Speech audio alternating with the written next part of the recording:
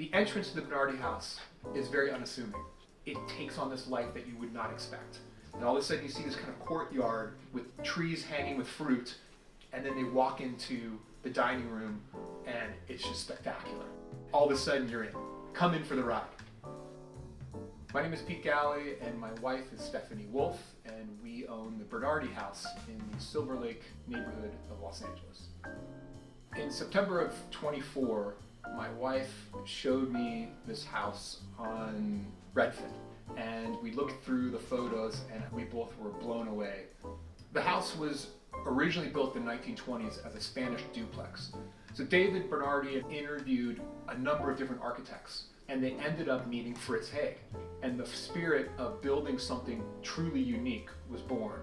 And that was the spirit from day one, was to refurbish back to David and Fritz's original vision. When we saw the house, it was 20 years of wear and tear, and it needed a lot of love. It was about a 4 to 5 month complete refurbishment of the house. We matched all the colors, all the paint colors, everything was done. The orange in this room, which is the living room, the color is matched the sunset. And I've been here nights where it actually worked. It's like the sky enters the room. The bedroom, the paint is in lines to match the hillside, the Hollywood Hills.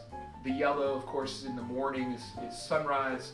There is a material Fritz uses called polygal, and that's throughout the house and changes colors throughout the day. Some of the things that we did work on were the flooring, the kitchen countertops.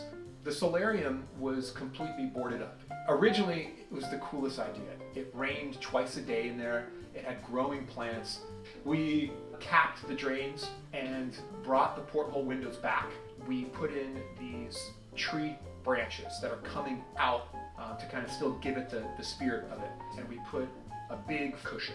So you can lay there, read, chill out, meditate. What we call the pool house was the gym, and is now our guest bedroom. We took some of the gym equipment that was left here, and we turned the garage into a full gym.